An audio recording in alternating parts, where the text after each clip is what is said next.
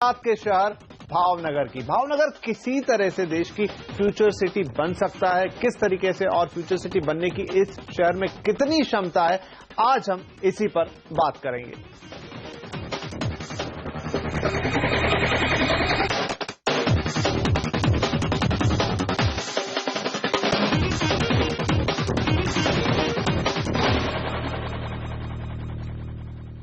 गुजरात की सांस्कृतिक राजधानी भावनगर ऐसा ही एक शहर है जिसे देश की फ्यूचर सिटी कहा जा सकता है। भावनगर देश के उन शहरों में से एक है जो उभरते भारत की कामयाबी की कहानी लिख सकता है।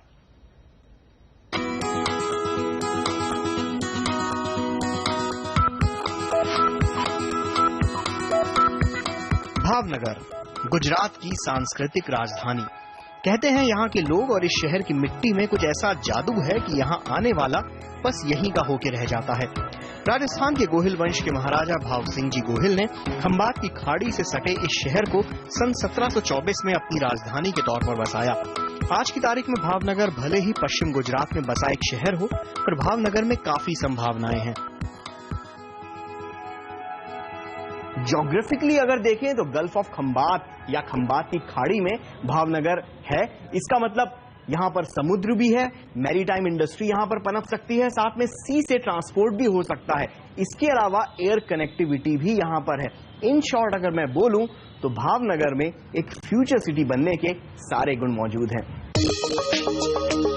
भावनगर हमेशा से ही भविष्य के लिए तैयार रहा है। यहाँ के महाराजा ने भविष्य को ध्यान में रखकर कई साल पहले ऐसा इंफ्रास्ट्रक्चर तैयार करवाया जो आज भी काम आ रहा है। पूरे इंडिया में सबसे पहले गेटवे सिस्टम समुद्र तट पर कायम किया, जिसमें हाई टाइड के टाइम पूरी टनल को पानी से फुल अप कर दिया जाता था और लॉक कर दिया जाता था।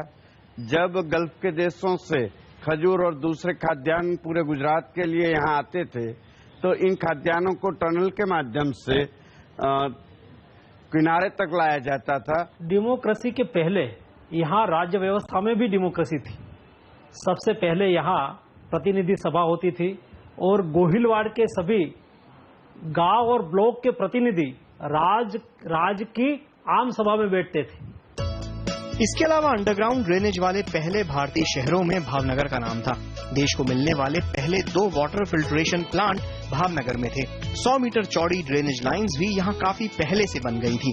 कुल मिलाकर आजादी के पहले ही भावनगर में बेसिक इंफ्रास्ट्रक्चर तैयार था, जिसके ऊपर आज के भावनगर की नींव रखी गई।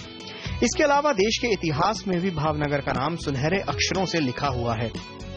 565 रजवाड़ों में से जिस रजवाड़े ने सबसे पहले भारत के एकीकरण